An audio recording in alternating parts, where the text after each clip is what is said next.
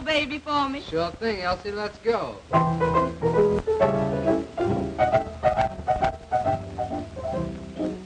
You must have been a beautiful baby. Why, you must have been a wonderful child. When you were only starting to go to kindergarten, I'll bet you drove the little boys wild. And when it came to winning blue ribbons, you must have showed the other kids how. Why, I can see the judge's eyes as he handed you the prize. I bet you made the kiss bow, 'cause you must have been a beautiful baby. 'Cause baby, look at you now. Why, you must have been a beautiful baby. Why, you must have been a wonderful child. 'Cause when you were only starting to go to kindergarten, I bet you drove the little boys wild. And when it came to winning blue ribbons, why, I bet you showed. Why, I can see the judge's eyes as he handed you the prize. Bet you made the cutest bow, 'cause you must have been a beautiful baby. 'Cause baby, look at you now.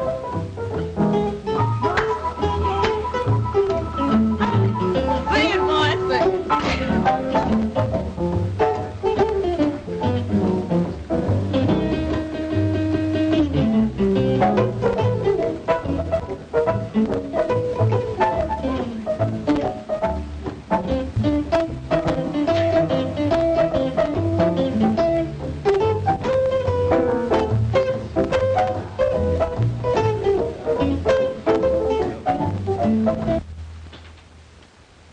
Come in.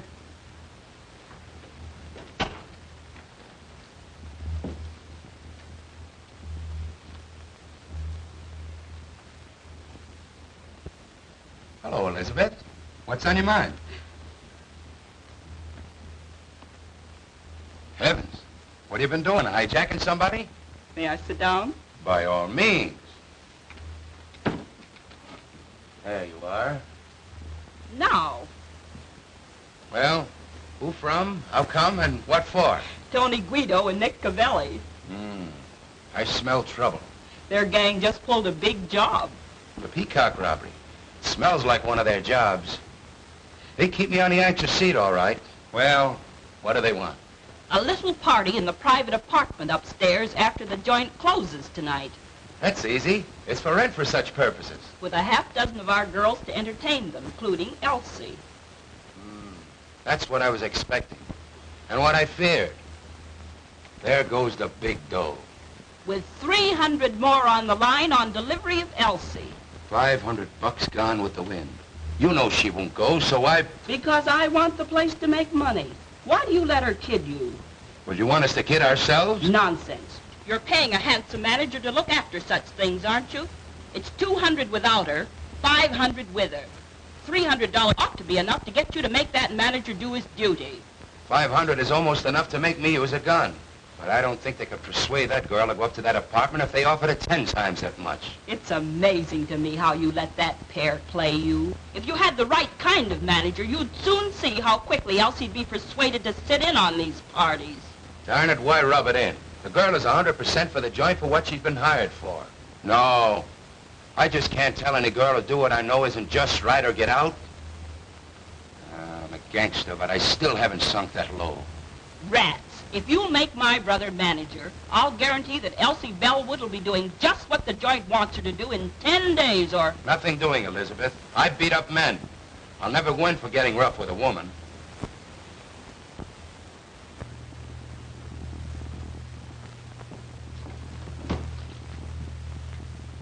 Oh, Mr. Farina. Yes? Step here a minute, please. Get a load of that specialty.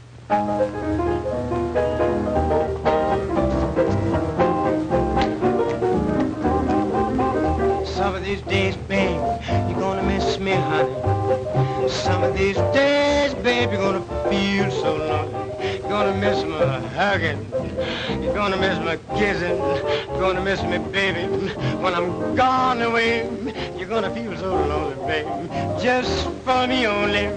For you know, baby, you done had your day. And if you leave me, you know you're gonna grieve me. You're gonna miss your little brown skin chocolate drop mama some of these. You're gonna miss me. You're gonna miss me? You're gonna miss me. Ow. What is that? Watch it, boys. You're gonna miss your little brown skin chocolate drop mama some of these days.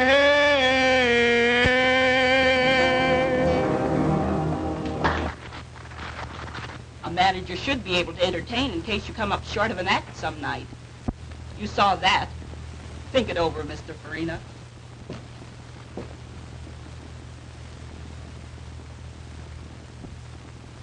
As I started to say, Elsie's a good performer, and they like her. But she's too high-hat.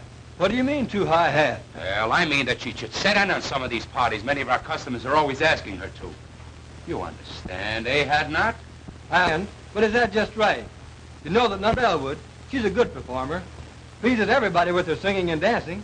So don't you think that's quite enough? Of course, but the other girls go in for it, so why not her? That's her business. I hired her to do just what she's doing. If she wants, I couldn't stop her. But if she doesn't... I understand all that.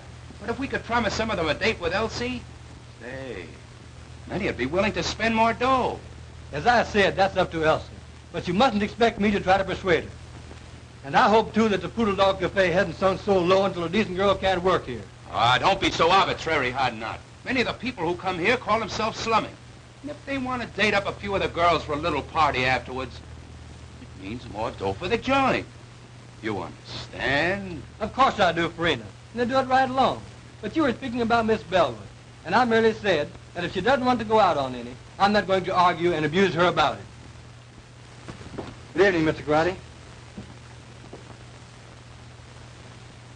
What's the matter? Oh, nothing much. I was just trying to show Hadnott that if Elsie would consent to sit in on some of these parties, it would help the business. Of course it would. What did Hadnott say about it? He said it was up to her. Well, he should make her. Who is she if she can't help us make more money? The other girls are always willing. That's what I try to show him. But all I could get is, it's up to her. I'll talk to Hadnott myself. Oh, Mr. Hadnott. Yes? Will you please step in here a moment? Of course.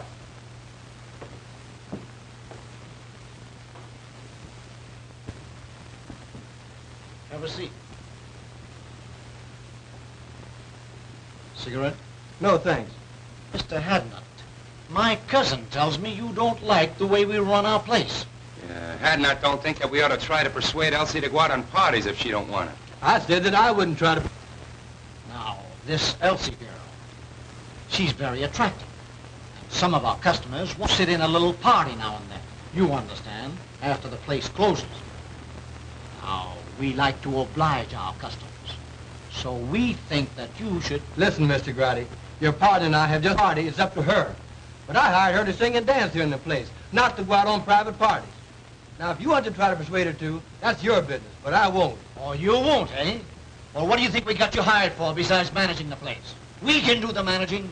That is, you know the girls better than we do. You talk the same language. Now, we've been after this girl to help us out a long time. Now we say you get her to or... Quit. That's okay by me. Now, Hadnott, you don't have to do that. Let's talk it over. You see, I try to You get... both made your positions very clear. There's no alternative but to do what you want me to or resign. I'm resigning. You can get plenty of men in my race to do anything you ask them to. So why waste your time on me? As far as Miss Bellwood's concerned, she's a lady. I have too much respect for her, for myself, to try to persuade her to do what you know and I know is wrong. As to you two, if you had any respect for the unfortunate members of my race, especially the girls who are forced to work here, you wouldn't try to make them do ugly things. But since you haven't, I don't like your attitude. I'm quitting. Good day.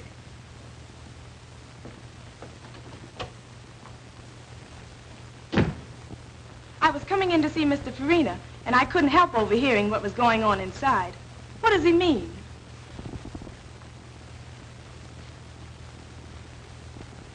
It means that I'm leaving, Miss Bellwood. You leaving? But why?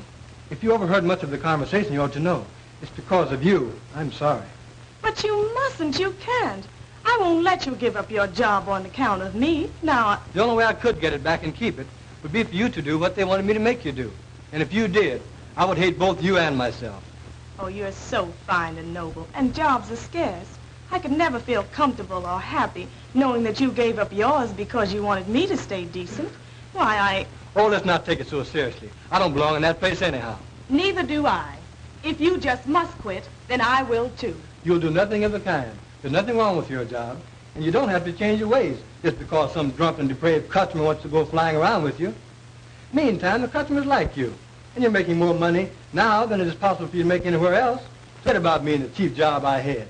But don't you understand that I understand all about what you want to say, but the fact is, I've been appointed to a job on the detective force. I was going to quit the first of the month anyhow. The prosecuting attorney is anxious to break up the cabaret racket, and their efforts to force you to be bad, whether you want to or not, should be a part of it. Anyway, I've got a better job, so go in there and do your work, and keep on being nice. I like you that way.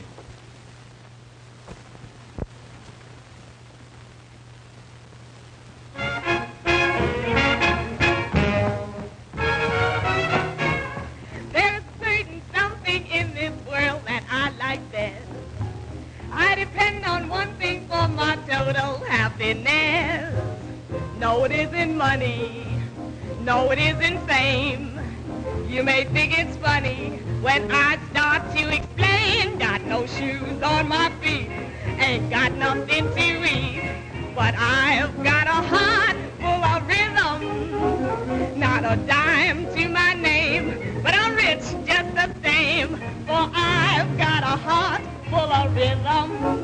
Now when the skies are gray and everything's wrong, I find my way by singing a song. Let the great think I'm small, I laugh at them all, 'cause I've got a heart full of rhythm.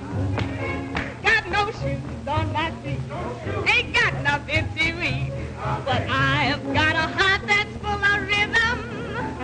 Not a dime to my name, but I'm rich just the same, for I've got a heart full of rhythm. Now when the skies are gray and everything's wrong, I find my way by singing a song. Let the great think I'm small, I laugh at them all, for I've got a heart full of rhythm.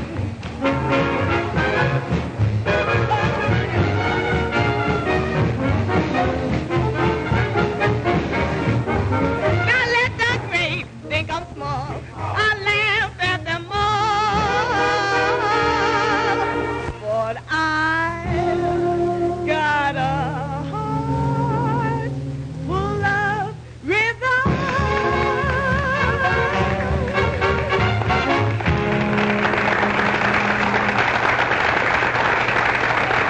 Be very happy when I think of you being without your job on account of me. Tell you, Elsie, if I may call you that. You may, of course. Thanks. That makes it easier. Getting back to what we were talking about, I was trying to tell you that I didn't care. You see, I've been studying for detective work for 2 years. It comes under civil service. I took the examination. Thing is all right. I don't have to worry about a job for me any longer. With a better job, I can do more good. Naturally, I'm glad that I can now be more independent and stand up when the occasion rises for decent girls like you. I sure like you for that, and I shall always respect you. I hated to think that you had to suffer any inconvenience or embarrassment on my account. However, I like to think that the Negro race have such a terrible time. If we had a few more girls like you, maybe it wouldn't be as hard as it seems. By the way, did you happen to notice anyone hanging around to take my place? Yes, those Landry boys. Incidentally, distant relatives of mine. They're made to order for dirty work. They'd hardly stop at murder. So, I may have to quit after all. No, the customers like you too well. Just you stand pat, and they'll soon quit trying to persuade you. I hope you're right. It was bad enough for the help while you were there. But with those, outfit like my relatives in charge? Well, I shudder when I think what those poor girls will have to put up with now. Oh, you don't need to. I'm on the getting outside. I can be out in a jiffy and upstairs before you can get around on this side. I want to thank you for a fine evening. But if I find out that you're lying about that detective job, I'm going to make you let me do something that I never thought I'd ever do. Take care of a man.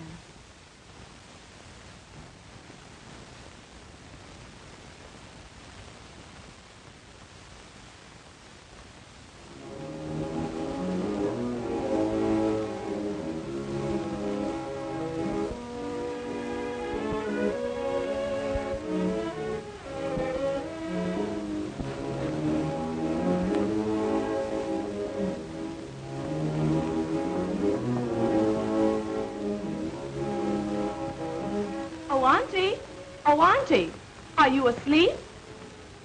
You're playing possum on me tonight, Auntie. But why all the light? It'll hurt your eyes.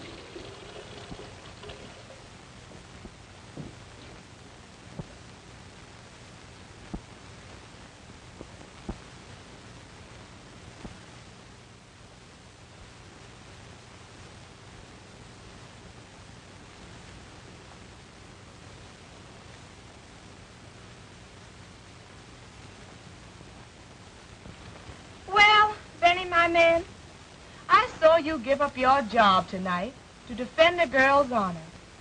A girl almost a stranger to you. But she's a good girl, Benny. And you stood up for her and believed in her at the price of your job. That's what I call a man. You're all right, Mr. Hadnott. I'd like to see some other colored man give up his job on account of any girl. Why, he'd throw at anybody that would show him 50 cents. I'm sorry to say. And then take her back for him. Pretty rotten setup. But you're out of a job, Benny. You've got to live and get along until you find another one. Now, you may have this job that you mentioned, and you may have just said it to console me, but I'll find out. I've seen plenty of women taking care of men. Worthless, trifling, good-for-nothing men. And I've hated them for it. Isn't that funny? I want to take care of one now, too. You, Benny. But you're such a good man, Benny. But this is different. You've just got to be all right. I've just got to do this. I want to give you everything that I make and let you give me what you want me to have. Will you promise me you'll do this, dear? It'll make me so happy.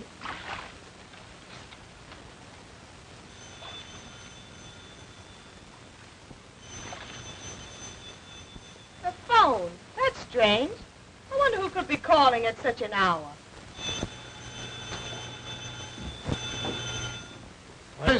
What do you say we start the session with a little drink, yes? Okay by us, boss.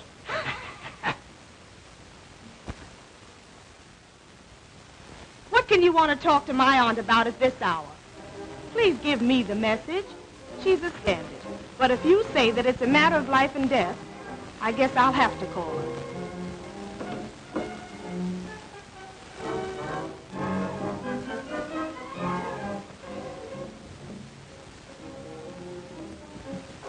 Oh, Auntie. Auntie, someone wants you over the phone. Do you hear me? Poor Auntie. You're tired. I just won't do it.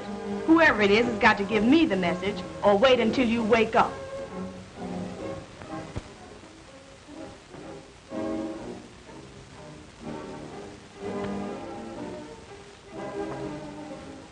Hello? Hello? Hello? Hello? Hello? Hello? That's strange.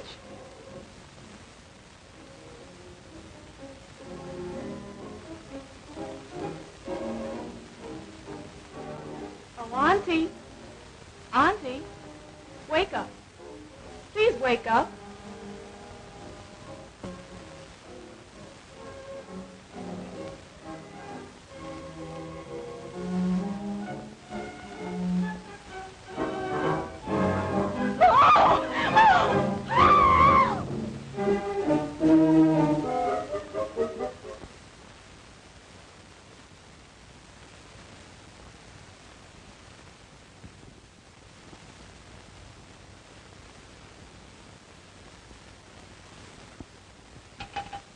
Operator! Operator! Get me to the police station, please! Quick! You say you arrived home about 3 a.m. and thought upon seeing your Aunt laying as we discovered her that she was asleep? I thought she was asleep. When did you discover that she was dead, had been murdered? As I was finishing my bath, the phone rang. Yes? I left the bath and went to answer it. You answered the phone. I answered the phone. And? The person calling wanted to speak to my aunt. They insisted upon speaking to her. I asked them to give me the message. So, finally, when they insisted that it was a matter of life and death, I told them to hold the phone and I would go and call her. Then? Then I went in my aunt's room and called her. But she didn't awaken. She didn't awaken. Did you shake her? We usually do so when someone is hard to awaken. No, I didn't shake her. She was sleeping so peacefully that I decided that I would go back to the phone and insist upon them giving me the message. So you went back to the telephone and... I went back to the telephone, and I didn't get any response. The person calling had hung up. Had hung up? I tried and tried, but I couldn't get any answer. You're quite sure that no one answered? Positive. That aroused my curiosity. I began to feel suspicious. So, finally, I went back to my aunt's room and called her and shook her. And it was then that I discovered that she had been shot. That she was dead.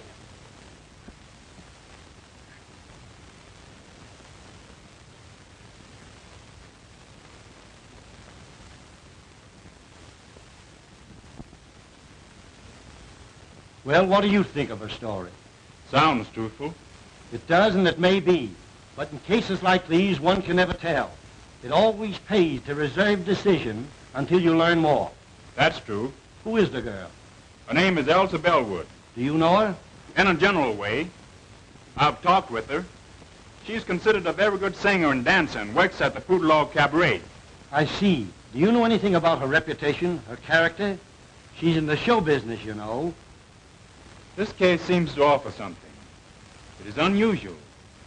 For instance, someone calls over the telephone and insists upon talking to a woman you can see it who has been dead for hours. And times the call when he knew the girl would have returned from her work and at such a late hour. If the girl is innocent in this murder, then someone who called knew something about who did it, if they did not kill her themselves. Now, if the girl killed her aunt, she would have had to leave the cabaret. I guess, say, between 10:30 p.m. and midnight. Go home, shoot her aunt while she was asleep, go back to the cabaret, go on with her work, and then come back here in an hour and call the police station. It's too complicated for the arresting officers. There's only one thing to do. We'll have to take her downtown and hold her. I'm sorry. She seems like a very nice girl and truthful. But somebody killed that woman. Now, as the girl was the only one here, there's only one thing to do. Take her downtown and book her.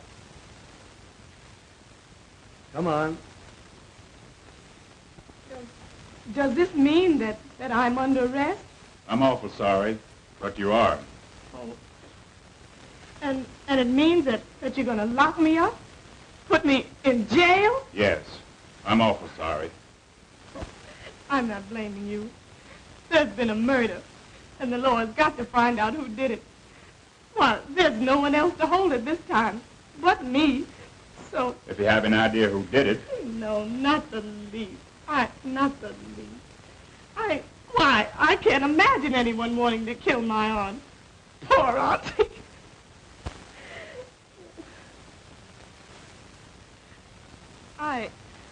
I was thinking of myself. I've never been arrested before. And now they're holding me for something that I don't know anything about.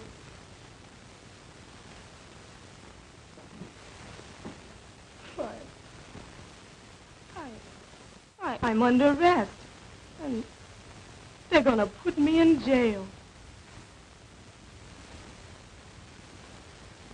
Well, Wanzer, if you're sure... I'm not sure of anything. I merely feel that the girl is innocent. We should go easy on her until we get some more evidence. Well, I'll speak to the matron. But you understand, she cannot leave. But at least the room isn't a cell. Thank you. I've talked to the matron has a room here with a bed in it, so we're going to let you have it so you can get some sleep. Then when you're brought before the DA this afternoon, you'll be more rested and composed and think more clearly. You must be awful tired after such a night and all of this. Thanks, you're very kind. I am tired, very tired. I feel, I guess I just don't feel anything anymore. I'll call the matron now. Do you know a lawyer? Have you some friends? I have no lawyer. I know a lot of people, but I'm afraid they won't understand this. I just don't know what to tell them. Do you have a boyfriend? No, A pretty girl like you? You must have somebody you like or who likes. Oh, I didn't say that I didn't know anybody. I know a man, but I don't... He would come closer to under than anybody else. If you have a pencil, I'll give you his name and address.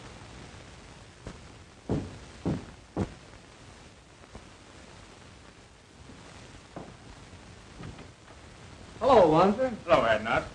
Come in.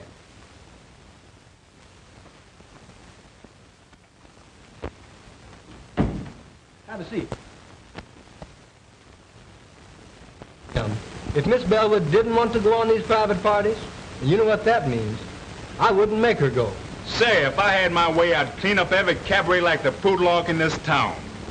I stay so annoyed when I have to look upon other girls forced to put up with all they have to that it just makes my blood boil. Well, that was the trouble, and why I lost my job. Miss Bellwood is a good girl. She's a good performer, and the people like her. So I was thumbs down on making her do anything, other than the work she had been hired to do, for her to hold a job. So that's why I'm out of the Poodle Dog. That's too bad, Hadnott. But what about your appointment to the detective force? That's gone through, and I'm starting to work the first of the month. Good. I'll be glad to welcome you. Thanks. But getting back to the girl, can you imagine her committing a murder? We couldn't even force her to go on a private party. I'm positive that she doesn't know anything about it. But this is the law, so you see what we are up against. Sure, I understand. Well, get your things on and come on down to the station with me, and we'll see what we can do. Of course. I'll be ready in a few minutes. Come in.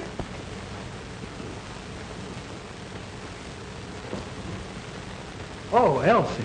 Benny, Can you imagine such a terrible happening? And to you. Mr. Wanzer brought me the news. I'm so sorry for you. Oh, yes. Mr. Wanzer has been very kind. Let me thank you again, Mr. Wanzer. I'm glad to have been of little help. I imagine you and the young lady would prefer to discuss this between yourselves. So you will please excuse me. Thanks. Now let's have a seat and you can tell me all about it.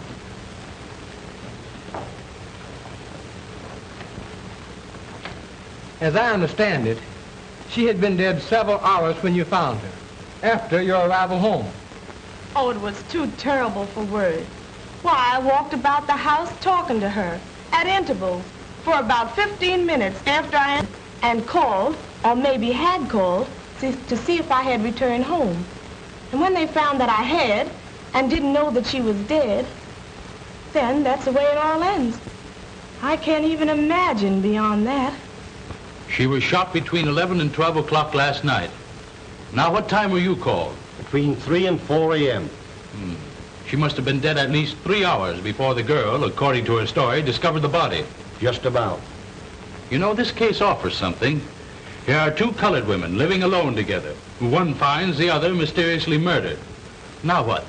I've detailed Wanzer to investigate it. That's sensible. Being a colored man, he might be able to find out things that one of our other officers could not. And I expect him to uncover something by this afternoon. Come in.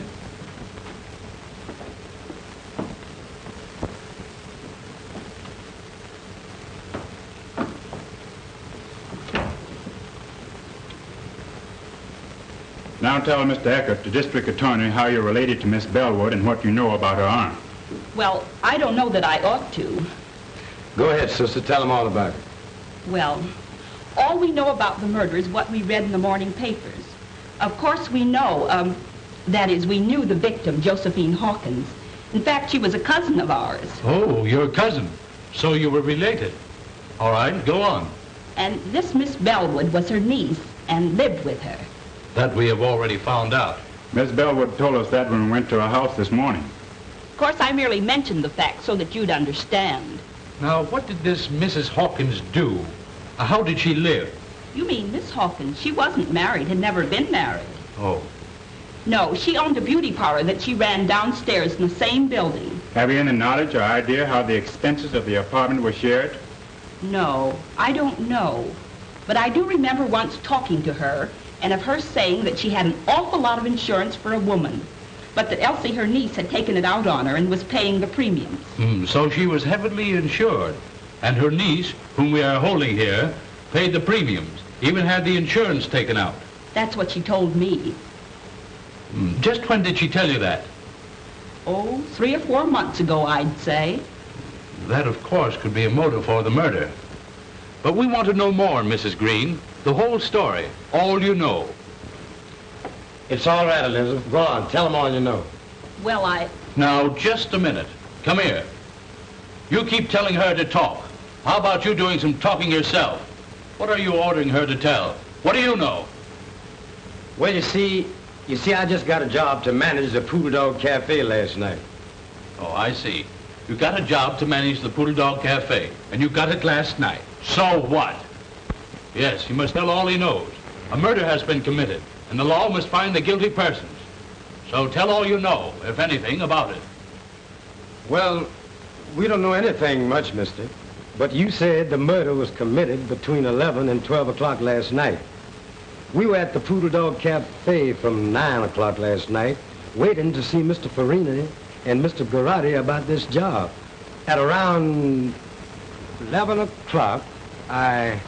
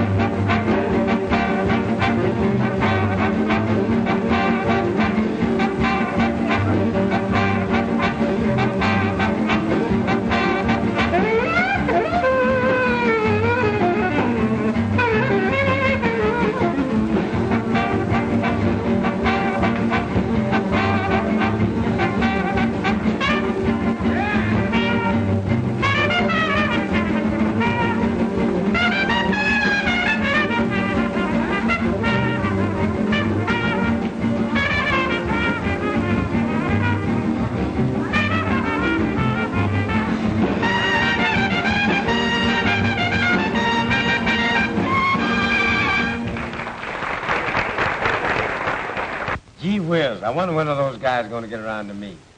We've been waiting here for 2 hours. I'm getting tired. Well, go on outside and catch some air. But we're going to keep on waiting until they send for you if it takes all night. All right, I'm going outside. I'll go along with you. What time is it, anyhow? 8 minutes to 11. Now, how long are you going to stay out there in case they send for you? Oh, I don't know. 5 or 10 minutes. All right. I'll expect you back in 10 minutes. Be sure you're back in 10 minutes, however. And I hope you get back before they send for you. So do I.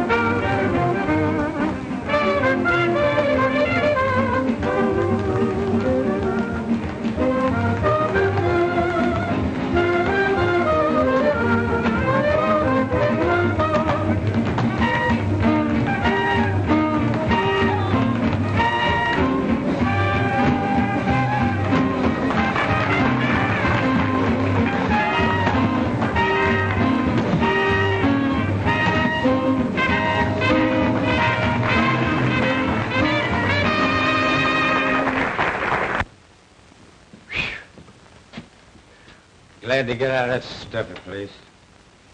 Cigarette? Yes.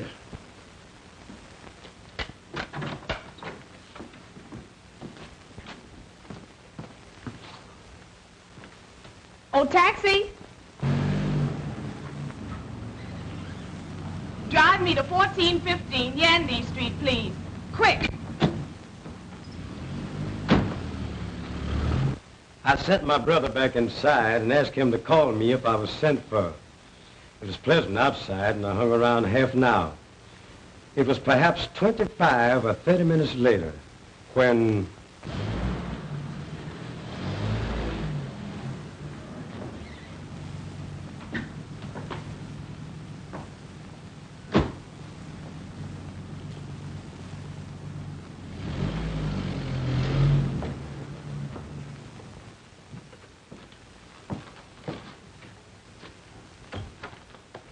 It's ready to see you now.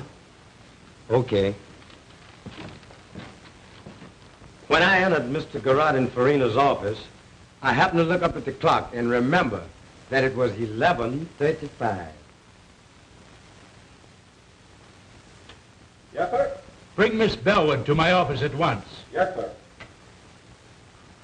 I thank you people for the information you have given me.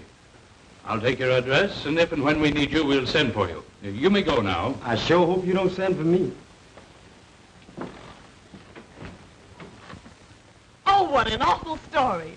Why, I didn't leave the cabaret from the time I went to work until Mr. Hadnott picked me up and drove me home shortly after 2 o'clock that morning. Why if the man chose to lie like that? Perhaps he's trying to shield the real murder. Would he have any motive for killing her himself? Oh, I don't know. The whole thing has become so confused until I can't think clearly anymore. But I can't see where he would have had any motive. And why are they trying to put it on me? These cousins of your aunt seem to have hated her, or you both. Can you prove that you didn't leave the place at the time he said you did? I'll try to. Now, let me think. I remember. After the first show, or I should say between shows, we always do 2 shows, I went to my dressing room and had a nap. I always do. If someone saw you go to your dressing room and could swear you stayed there until the second show, that would counter this evidence, which Lander will no doubt repeat when he's placed on the stand at the trial. That's it, Miss Bellwood. You took the words out of my mouth. I see. No, because I always lock myself in, and I don't recall seeing anybody when I went in or when I came out. That will make his statement about seeing you leave the place hard to disprove. But we've got to produce evidence to prove that he's lying.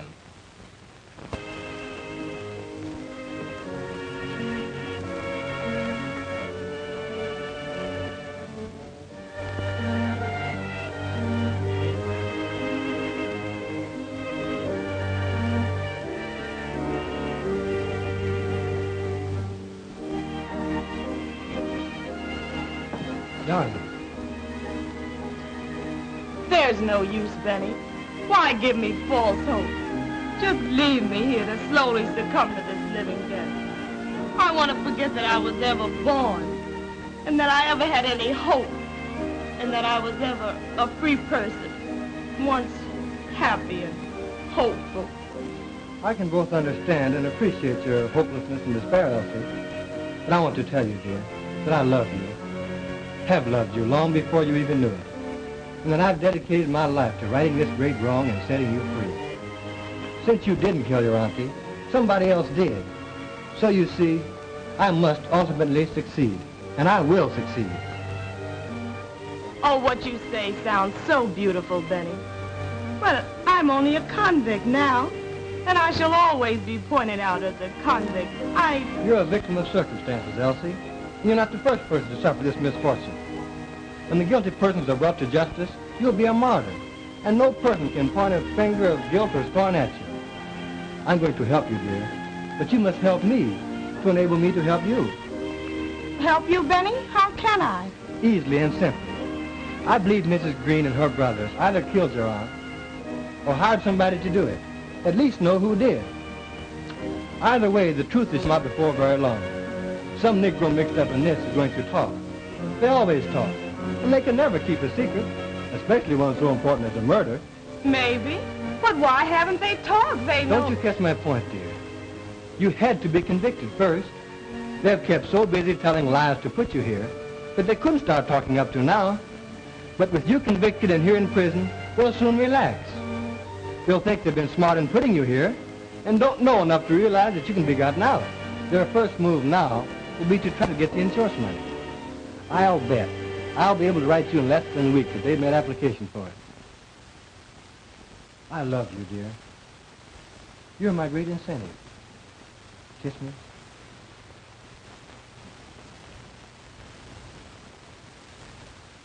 Well, how are you, Mr. Wanzer? Would you have a chair? Sit down here. You told me once that Mrs. Green's husband had been in love with your aunt many years before, back in the South. And he loved her dearly. And he was still in love with her when she was killed, and would come to see her often. But he's disappeared. I haven't seen or heard of him since the night she was murdered. That's strange. I'm sorry you didn't tell me that before. I didn't think it was that important. Maybe he just went away and we'll come back sometime. He may and he may not. Meantime, this might prove a connection. It might turn out to be the link that's missing. Maybe you'll find out something when you go to the city from, Reverend Bryson. He knew us all before we came from the South. Maybe you'll find out something from him about Mrs. Green's husband. Although it has been a long time since we came north. This looks like a lead. I'm going to follow it. I have a feeling we'll get somewhere. Now that this Elsie Bellwood has been convicted of murder and sent to prison for life, who will the company pay the money to? Oh, that will be decided by the court. In the meantime, this Green family, Elizabeth, John, and Clyde, have applied to it of next of kin. Oh, they have? So soon? Yes, I have the application papers here. You won't be paying them the money? Not until authorized by the court, and that will take considerable time. I'm glad to hear you say that. Did they give you the impression when they filed the application that they understood it would be some time before the matter would be settled? Oh, since you come to speak of it, I think that'll be settled very shortly. Thank you. That is all I wanted to know. By that, you can see that they're counting on the money much sooner than it is even possible for the claims to be paid. This case isn't going to be long before something cracks. When this outfit finds that they can't lay hands on the money as quick as they had planned, some of them are going to get impatient and drop something. And I'll be Johnny on the spot to pick it up and land all three of them in jail right quick. Well, I'm depending on you to keep checked up on them and help me to get somewhere. I have a feeling that there's a story yet to tell. In the meantime, let's get over this Reverend Bryson's and see what we can find out. You said something, brother.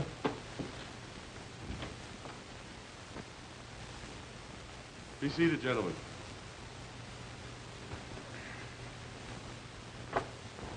You're nothing but a whiskey head and no good. We have liquor here to sell to customers, not to be soaked up by the manager. You stay drunk. Nobody likes you. So you're through. Now get out.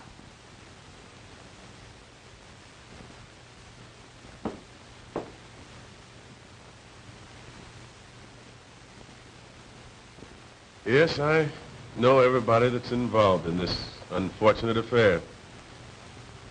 I knew Josephine Hawkins when she was just a pretty young girl having beaus for the first time.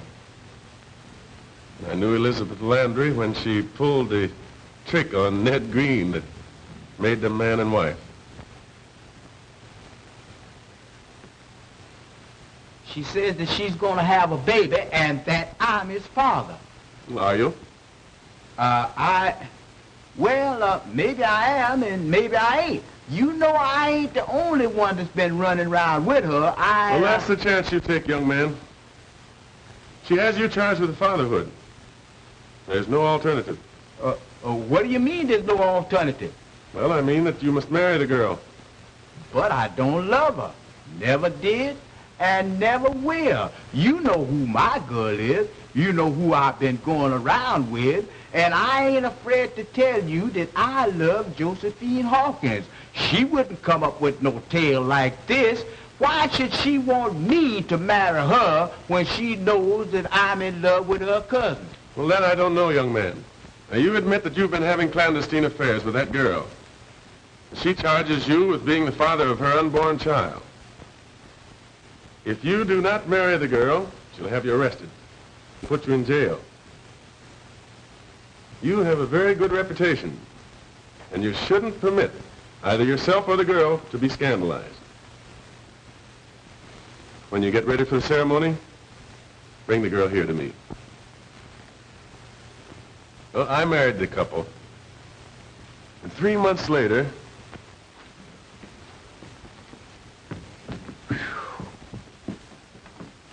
she lied. She's no more to become a mother than you are. She tricked me into marrying her, the dirtiest trick a woman could pull on a man. That's why I came to you to find out what could be done by it. well, you might ask for a doctor's examination. And if the examination proves what you say, well, I think the court would grant you an annulment. I don't want to wait that long. I can't be bothered with no nerves. I'm leaving town. I'm afraid if I stayed here, I'd kill her. I ain't got time to be bothered. I am leaving town tonight. Goodbye. Heartbroken, Josephine Hawkins had left town, gone north. And Elizabeth, after Green had left her, she left shortly afterward also for the north. And feeling that Green had followed Josephine, which perhaps he had, Elizabeth took her brothers, whose reputation was rather unsavory, north with her. 10 years later, I was transferred to my present charge.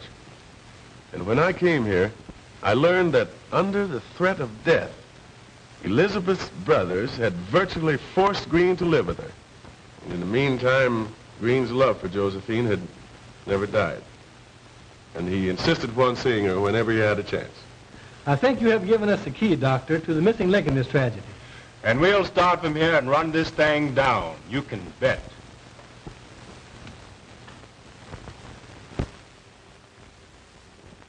Here we are, broke, strapped. It may be months before we get this money, if at all, and you must keep pouring liquor down your dirty throat until the Italians get disgusted with you and kick you out. Oh, you make me sick. Well, what do you expect? You planned this whole thing. For 20 years, I've been a slave to your design. Ever since the time you tricked Ned Green into marrying you, everything has been subordinated to your convenience. The only way I've been able to keep up is to keep pouring a lot of rotten liquor in me. And I couldn't quit drinking. No, because I had that cheap job at the Poodle Dog Cafe. And just as soon as you get this money, I'll go out of your life forever. And you won't never need be bothered with me again. I'm sick and tired of the whole thing. And I'll be glad when it's through and all over with.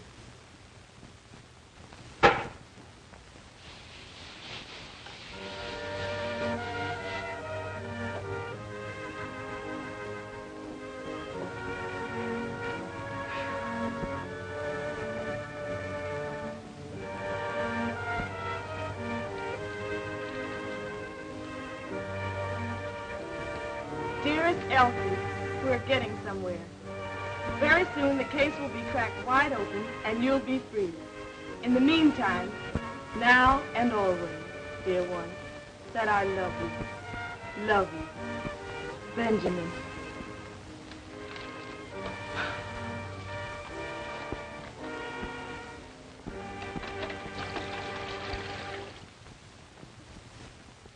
We'll wait right here till somebody comes out or goes in. I have a feeling we won't have to wait long. Hey, son, come here. Yes, sir? Live around here? Right across the street in that house with the yellow shades. How about the house next door? Mrs. Green lives there. Mrs. Green? Yes, sir, and her two brothers, John and Clyde. Nobody else? Well, her husband used to stay there, but he don't no more. He doesn't anymore. Why? I don't know. He just don't. He ain't been there in a long time. I think he went away somewhere. Anyway, he ain't there no more. But Mrs. Green's brothers, do they still live there? Oh, yes, sir. One of them's there now. He always is. The other one will be coming along soon. They eat about this time. And the other one will be coming along soon for his dinner. Which one's there now? John. He sleeps up until about this time. Then he gets up and eats. And then he goes down to the Maple Leaf Social Club. Maple Leaf Social Club, eh? Well, what time does he get back? He's never back before I go to bed, so I guess he gets back kind of late. Now, this brother John that you mentioned, does he work? They say he does. My papa says they gamble down there. And he does something. Thank you, son. Oh, there's something for you. Oh, thank you, sir. Now, what time do you go to bed? About 9 o'clock, sir. About 9 o'clock. I see. How would you like to meet us, say, right here at 8 o'clock? We want you to carry a note. We'll give you another quarter. Oh, I'll be glad to, sir. Right here at 8 o'clock. Right here at 8 o'clock. But remember, don't tell anybody.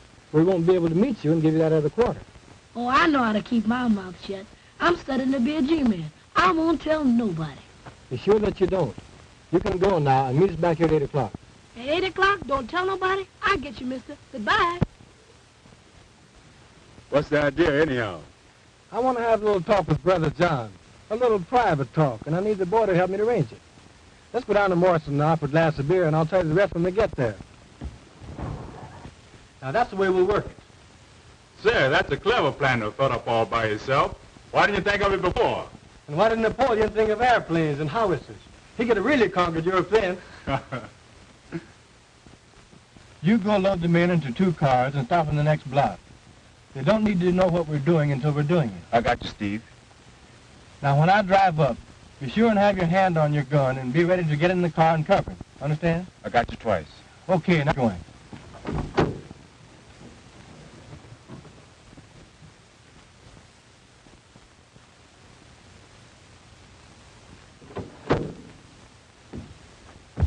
All right, mister. Here I am. So I see. Johnny on the spot. Always be on time and you'll get somewhere by the time you become a man. Yes, sir. Say, do you know where the Maple Leaf Club is? Sure. I want you to show me that. So you drive up to the next corner, and you turn right, and there you are. All right, here goes.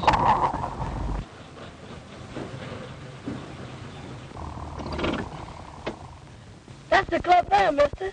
Yeah? Well, go in there and see this man, John, and tell him that his brother wants to see him down there right away. You understand? Yes, sir. When you bring him here, I'll give you the other quarter.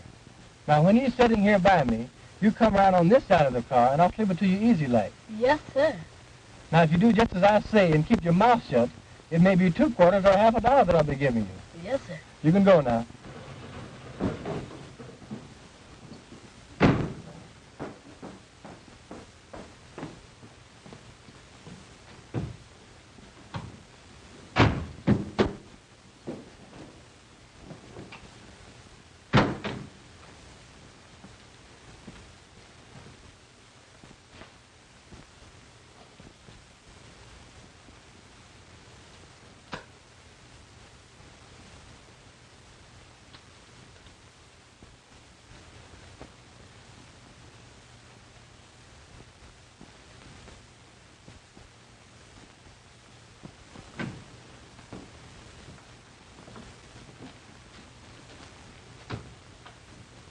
Hello, John. Well, hello, Hadnott. Ain't seen you in a long time. Been kind of busy since I left the poodle dog. Yeah. Say, where's my brother? You'll soon see, you contemptible liar. That was just an excuse to get you out here. I wanted to see you. What's the meaning of this? We was trying to hope All somebody... right, I got him covered. Say, what's the meaning of this, fellas? I ain't done nothing. What y'all gonna do with me? We're taking you for a little ride, and you won't be coming back. I ain't coming back. How come? Ever heard of Thompson Manor? You mean that handy house way out there on Thompson Point? Yeah. What's that got to do with me? We're taking you there. For a little seance with the ghost of the manor. Not if I knows anything about it. Oh, no, my good fellow. Not only are we taking you there, we are going to tie you up and leave you there to starve to death and die. You've been telling lies and have done an innocent person a great wrong. So we're going to take you up to meet the ghost of Thompson Manor and all his imp ghosts, after which you die. Oh, Lordy. Come on. Say, what's the meaning? Come on. That's all right. What y'all gonna do with me? I ain't done nothing. Get on it now. Come on.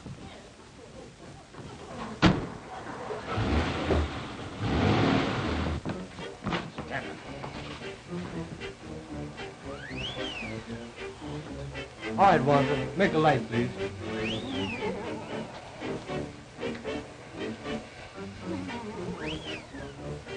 Ghosts working by remote control.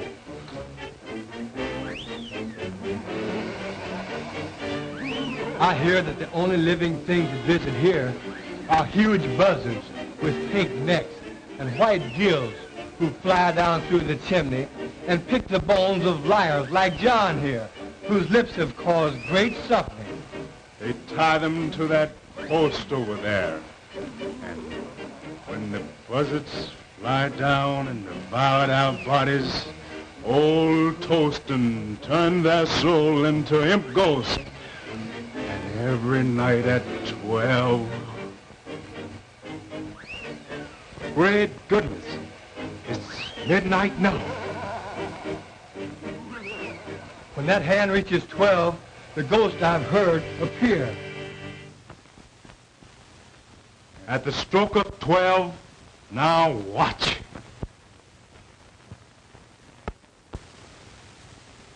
Well, that settles it. The party's over for a while, so we'll tie John up and leave him here and... Oh, please, man, please don't. Of course, if you care to do a little talking, tell us who killed Josephine Hawkins. We might decide to wait a while. If you promise them hands won't come back, I'll tell you anything, everything. Just don't leave me here. You're such a rotten, dirty liar until I hesitate to believe anything you say. You swore in court under oath, so how do you expect us to believe you out here? But I'll tell you why we brought you here, and why we're going to leave you here with these ghosts. You killed Josephine Hawkins. I killed who? Josephine Hawkins. And you lied about Miss Bellwood when you swore she left the cabaret and went home and shot her aunt. I didn't. What do you mean? I means I did lie about Miss Bellwood. So did my brother. But I didn't kill her aunt. Neither did my brother. I don't believe you. But we're going to tie you up and leave you here for the dirty lies you told on that poor innocent girl. We didn't kill her. I swears we didn't. But we did lie about seeing Miss Bellwood. And if you won't leave me here, I'll tell you all about it. Well, what do you think about it? Oh, I wouldn't believe this guy on a stack of Bibles. I don't see any use in wasting more time listening to this dirty liar. For if he'd lie enough to put an innocent girl into the penitentiary, we certainly can't afford to listen to him now. Please, man, won't you give me a chance? I didn't kill my cousin, but I did lie about it. I admit that, and if you promise you won't leave me here, I'll tell you all about how it was done. Shut up, you lying skunk. I don't heard you say. Wait a minute. After all, we can listen to his story, and if we still don't believe it, we can tie him up and leave him here. Oh, well, if you insist. All right, you rascal. But the moment I'm convinced that you're lying, we're going to tie you up and leave you here. I thank you, mister. I ain't gonna lie. You can keep me here until you prove everything I says. All right. We're going to listen to your story. But we warn you that the moment it begins to sound fishy, it ends. And right here you stay. I'm going to tell you the whole story. And ain't one word of it going to be a lie. All right. Start from the beginning. Way back in the South, before any of you came north. Yes, sir. I sure will. Well, it started like this. My sister Elizabeth took Ned Green into marrying her. He was going with my cousin Josephine and was planning to marry her. But when Green learned the truth, he hauled off and left her and came north. Josie found out somehow Green was mad, so she hauled off and left too. My sister then followed Ned up north and brought me and my brother along with her. And lo and behold, she found Ned up here chasing around after Josie. That made her mad.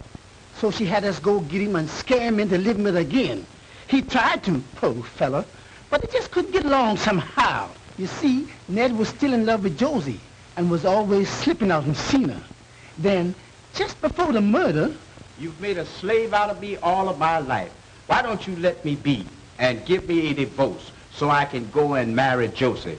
You know I love Josie and have loved her always. We would have been happy if it hadn't been for your lying lips. I'll not let you alone. And I dare you to try to get a divorce. If you even as much as start to try, I'll have my brothers break your ugly neck. Same thing, year after year, the same thing. Well, you ain't never made me love you, and I ain't gonna try no longer. I'm leaving you for good, and I'm going to Josie. And if she won't run away and live with me, I'll steal into the house some night and kill her, shoot her in the head, then kill myself. That's what I'm going to do.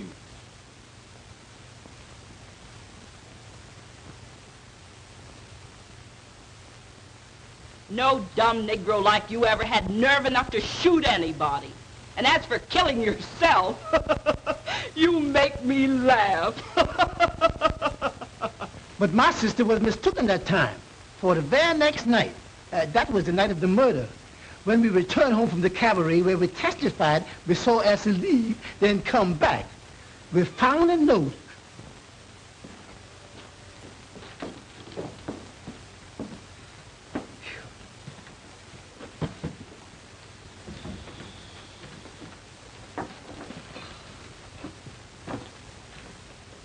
Say, sis, where's the bottle? What about a little drink? Oh, go chase yourself. You've had enough liquor tonight.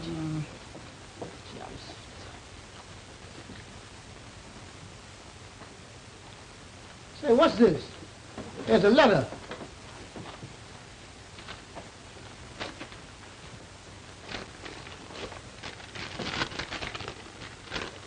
To my wife, I have done it. There is nothing to live for, so tonight I went to Josie's house and shot her through the head while she slept and turned on the light so her soul could find the way to heaven. With Josie dead, when you find this note, I will be dead too. I am going to tie a rock around my neck and jump off Tyndall's Bridge.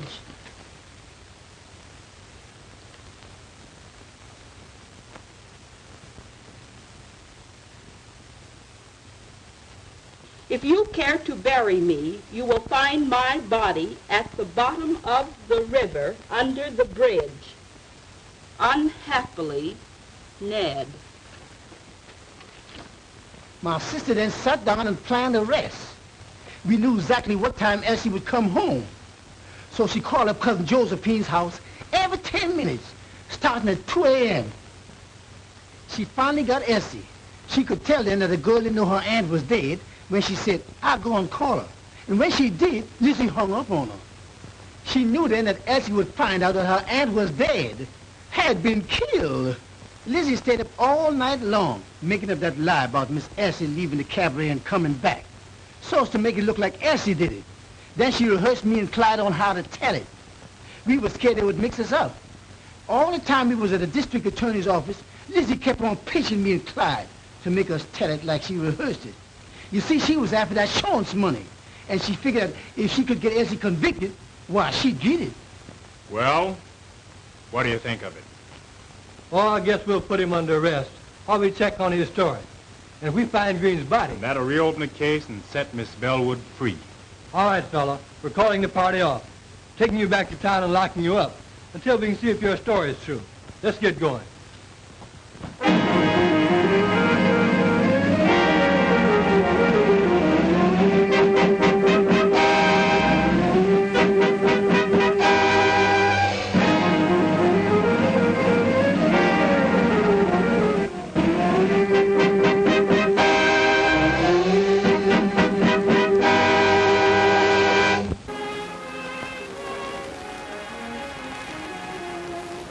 They're yours, dear. I'm giving them to you. Giving them to me? Now, what do you mean? Just what I say.